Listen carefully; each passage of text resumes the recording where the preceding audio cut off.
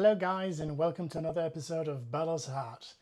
And in today's episode, I have a mixed bag. This mixed bag is good news and a little bit of bad news. So I'm going to give you the bad news first. Why not?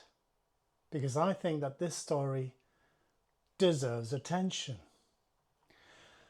Fossil fuel billionaires are bankrolling the anti-trans movement. And it's a story by Yesenia Funes from Atmos.earth.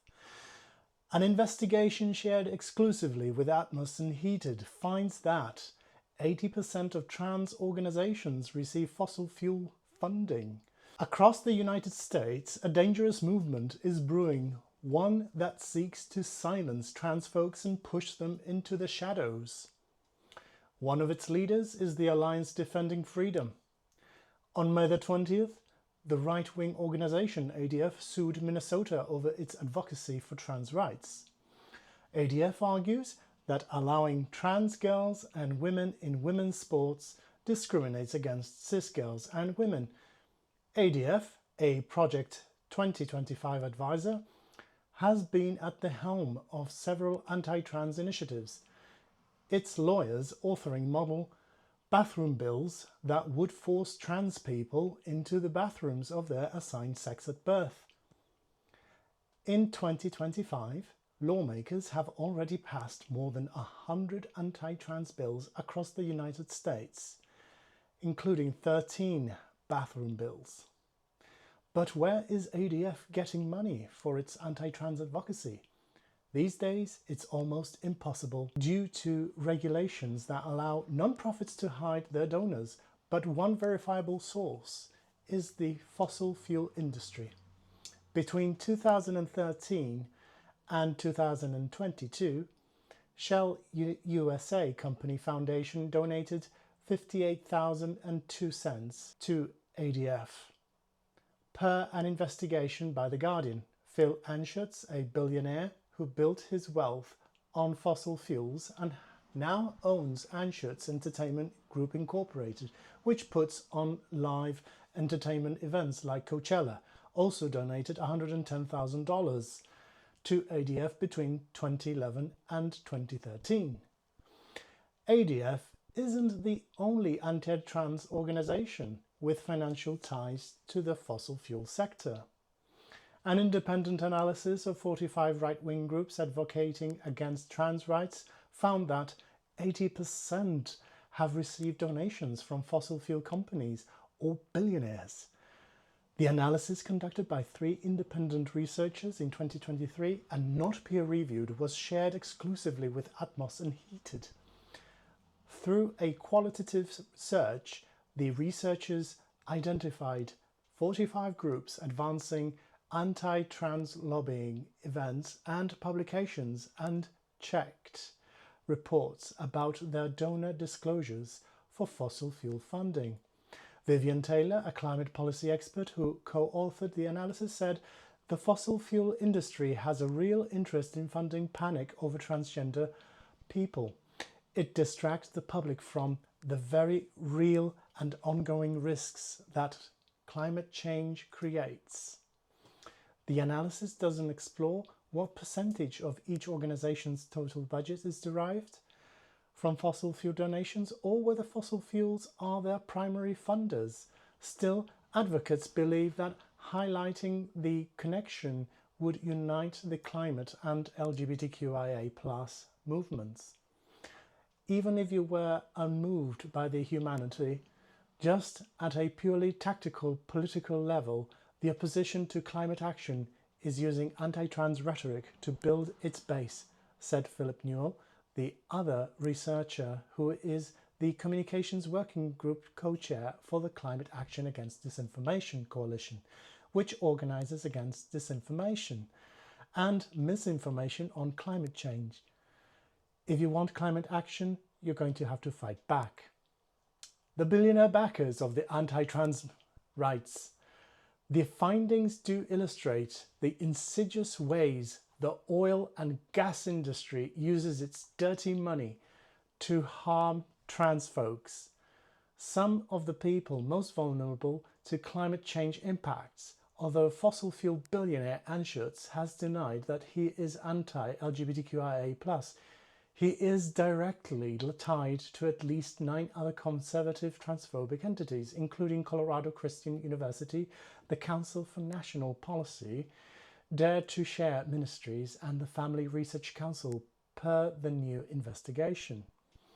Per the investigation, Anschutz Foundation has donated to Movie Guide, a media site that has written that a gender-affirming care is living into a lie and straying from God, and that true satisfaction can only come from Christ. The investigation also found that his foundation has given money to Sky Ranch, a Christian camp whose doctrinal statement clearly outlines the erasure of trans people. Dan and Faris Wilkes, who made their fortune on fracking and the latter of whom is a pastor, helped launch the Daily Wire, a popular right-wing media company co-founded by Ben Shapiro with a $4.7 million donation.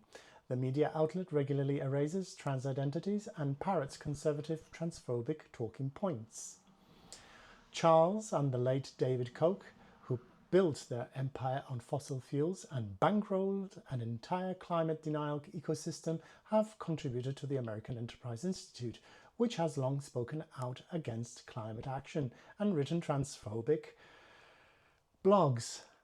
They have also funded the notorious American Legislative Exchange Council, whose model policies on academic transparency and anti-DEI appear to have been foundational to state bills fighting to restrict curricula on gender identity, and whose membership has spoken out against trans rights.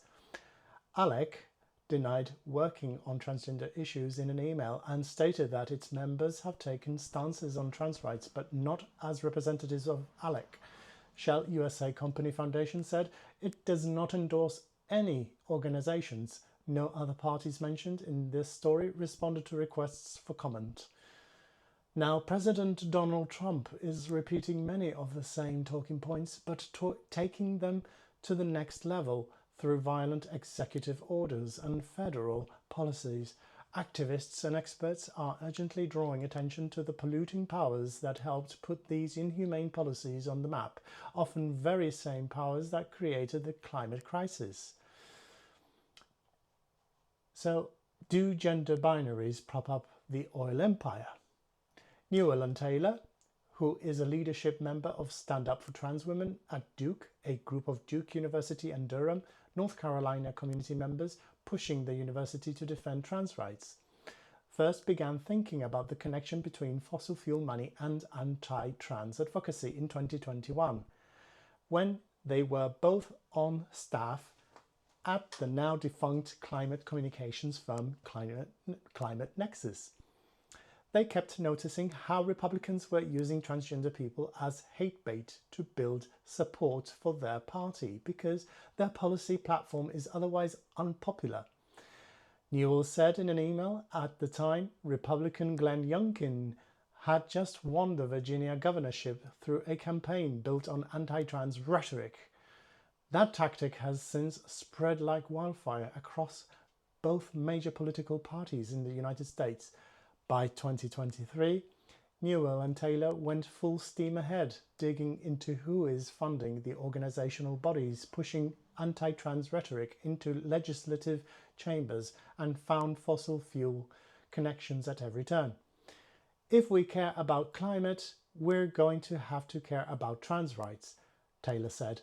And if we care about climate, we're going to have to find ways of getting America and the whole world past all forms of bigotry so that we can work together to face an existential threat to all of humanity and the natural world. Jesse Bryant, a sociologist studying right-wing environmentalism at Yale University, sees the issue as emblematic of a larger trend. He said, "The bigger issue lies in the fossil fuel industry's funding of nearly every conservative political issue in the United States. Fossil fuels have seeped into every crease of American politics," he said, so if you're concerned about this connection between anti-trans legislation and fossil fuel dollars, it's super important to acknowledge that money in politics is a gigantic problem, specifically fossil fuel dollars in American politics. Indeed, billionaires with fossil fuel origins have left their fingerprints all over right-wing US politics, from fracking tycoons. Faris and Dan Wilkes reported financial contributions towards anti-abortion efforts to Charles Koch's funding of right-wing groups that advocate for violent border policies. The Koch network has also promoted immigration reform in the past, and Democrats have taken fossil fuel donations too. Still, anti-trans legislation and climate disasters pose a double whammy for trans people, said Leo Goldsmith, a health policy research scholar at the Yale School of the Environment who studies climate impacts on trans people. States have aggressively pushed anti-trans legislation that, for instance, criminalizes transgender people for using the bathroom that aligns with their gender identity and issues bounties that would pay others $10,000 to report them. Meanwhile, trans youth are increasingly losing access to life-saving gender-affirming healthcare. Trump's spending bill, which has already passed the House of Representatives and is now in the Senate, proposes to eliminate this type of care for trans adults under Medicare too. Anti-trans bills pretty much impact all aspects of trans people's lives, said Goldsmith. This can include education, healthcare, being able to use the bathroom, their actual expression, employment, housing, whether or not they can legally get custody over a child, and being able to marry. The difficulty of living under these suffocating conditions, Goldsmith added, can keep trans folks from adequately preparing or responding to climate-funded disasters. Keeping trans people in the margins is the whole point, though. The fossil fuel industry has a vested interest in maintaining the cultural status quo. The white picket fence in the suburbs where the white wife stays at home to take care of her white kids and her white husband drives to work in his gas-guzzling car. Queer families, especially queer families of colour, do not fit in this image. What trans and queer movements are doing is challenging a gender binary that entire dreams rest upon, said Dr. Kara Daggett, a senior fellow at the Research Institute for Sustainability in Germany, where she researches gender in American culture and its connection to energy. Why would fossil fuel billionaires want to end an ecological violent order, as Daggett put it, where they can drill and pollute without consequence? Vanessa Raditz, a PhD student studying queer climate justice movements at the University of Georgia, plans to continue Newell and Taylor's independent research. They and their collaborators are looking for more academics and funders to join their efforts.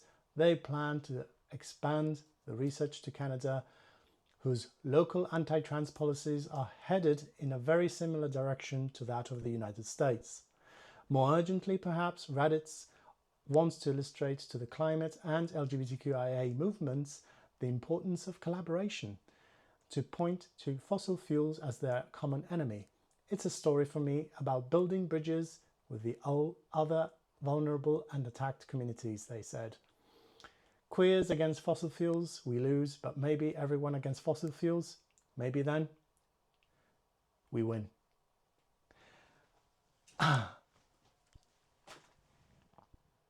So, what is the second piece of good news?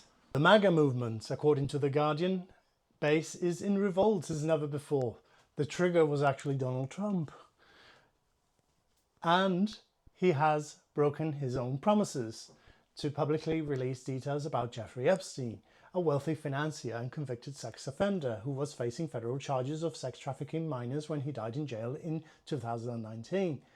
Spurred by the president and his allies, Trump's movement has long latched on to Epstein's scandal, claiming the existence of a secret client list and that he was murdered in his cell as part of a cover-up.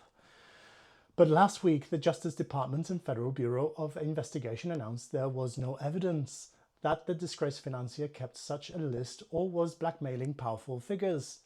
Far from closing the case, the memo deepened supporters' obsessions and sense of grievances, a movement defined by the view that elites rigged the system against them felt cheated. Trump made efforts to douse the flames with ever-shifting explanations, excuses and distractions, but merely poured fuel on the fire.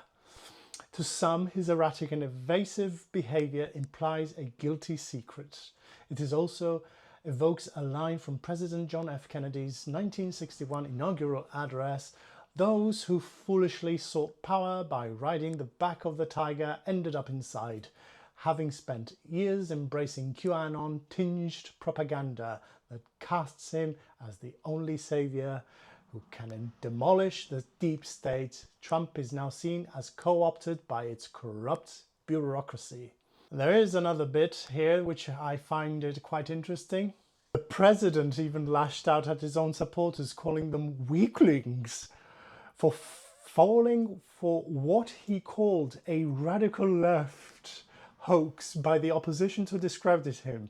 "I don't want the support anymore," he wrote. Some responded by burning their MAGA caps in protest. Mike Pence, his latest prominent figure to call for release of files on sex offender once close to president. Damn. I like these sort of news bulletins, don't you? So anyways, this is kind of like what's on this week. And thanks for tuning in. Like and subscribe, and yeah, drop a comment below, and I shall see you next time. Take care.